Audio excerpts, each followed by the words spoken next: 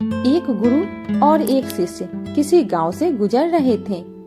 काफी देर चलने के बाद उनको प्यास लगने लगी थी, तो वो एक खेत पर जा पहुँचे।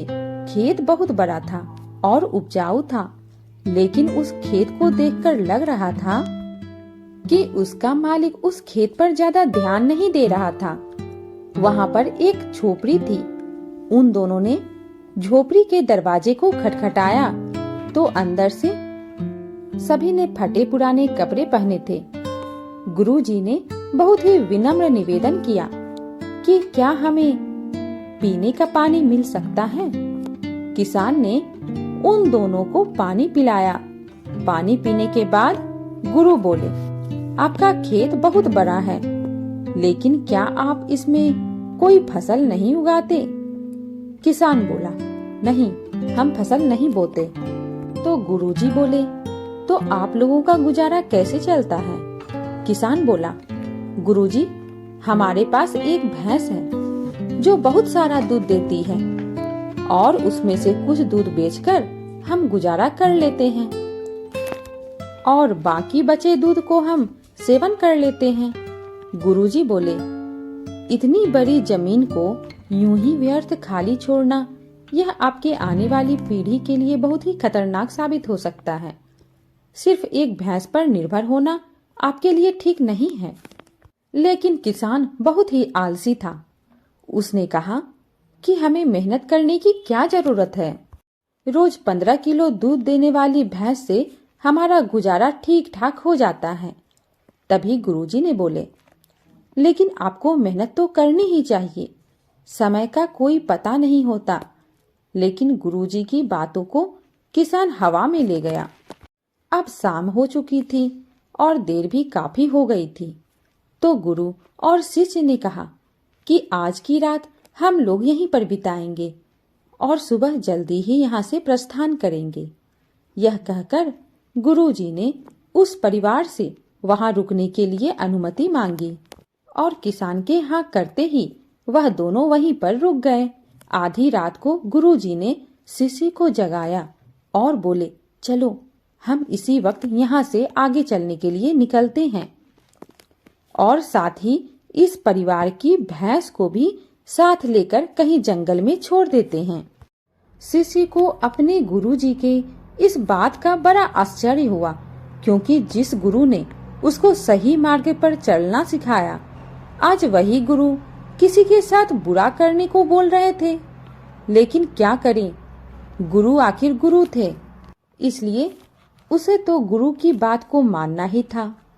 फिर वह दोनों उस आदमी की भैंस को लेकर जंगल की ओर चल दिए और उस भैंस को काफी दूर जंगल में ऐसी जगह छोड़ दिया जहां से उस भैंस का वापस आना नामुमकिन था। इस घटना के बाद शिष्य का मन बेचैन सा रहने लगा और लगभग 6 से 7 वर्ष बाद जब वह शिष्य बड़ा गुरु बन गया, तो उसने सोचा कि क्यों ना उस किसान से मिला जाए। अब तक तो वो बर्बाद हो चुका होगा, क्यों ना उसकी आर्थिक मदद की जाए, जिससे कि उस दिन की गुरुजी के द्वारा की गई गलती को सुधारा जा सके। वह शिष्य उस किसान की मदद करने के लिए निकल पड़ा और काफी देर चलने के बाद वह किसान के घर पहुंच गया। लेकिन वहां पर पहुंचकर वह शिष्य बहुत ही ज्यादा आश्चर्यचकित हो गया। जो खेत खाली पड़ा रहता था, वहां उसने बहुत ही हरियाली देखी। एक तरफ गेहूं की खेती तो दूसरी तरफ बड़े बड़े फलों के पेड़ लगे हुए थे और साथ ही एक अच्छा सा बड़ा सा घर बना हुआ था। यह देख शिष्य ने सोचा कि लगता है वह किसान और उसका परिवार उस भैंस के चले जाने के बाद सब कुछ बेचकर चले गए हैं। तभी यह सब सोचकर वह वहां से वापस जाने लगा, लेकिन अचानक ही उसने उसी किसान को देखा जिसके घर में वह गुरुजी और शिष्य रात रुके थे। तभी शिष्य ने उस किसान से पूछा कि अब आपकी जीवनी कैसी चल रही है और अब आप क्या काम कर रहे हैं? क्या आपने मुझे पहचाना? कई साल पहले एक रात में मैं और मेरे गुरुजी आपके घर में रुके थे। तभी किसान मायूस होकर बोलता है, हाँ, कैसे भूल सकता हूँ मैं उस रात को। बिना बताए ही यहाँ से चले गए थे और साथ ही उस रात हमारी भैंस भी ना जाने कहाँ चली गई थी और आज तक वापस ही नहीं आई। काफी दिनों तक हम इसी बात को लेकर परेशान रहे कि अब घर का गुजारा कैसे चलेगा और कुछ भी समझ में नहीं आ रहा था कि अब हमें क्या करना चाहिए। और कई साल खाली बैठकर एक भैंस पर ही निर्भर रहकर हम सब बहुत ही ज्यादा आलसी हो गए थे। लेकिन तभी मुझे तुम्हारे गुरुजी की बात याद आई। उन्होंने भी यही कहा था कि एक भैंस पर निर्भर रहना आपके लिए आने वाले समय पर भारी पड़ सकता है। लेकिन उस समय मैंने उसकी एक ना सुनी। लेकिन भैंस के जाने के बाद फिर मैंने जंगल से लकड़ियां काटकर बाजार में बेचना शुरू किया और धीरे धीरे पैसे बचाकर उन पैसों को अपने खेतों में लगाने लगा। फिर धीरे धीरे मैंने फलों के पेड़ लगाना शुरू किया। इसके बाद मैंने थोड़े ही पैसों में अनाज उगाना भी शुरू किया।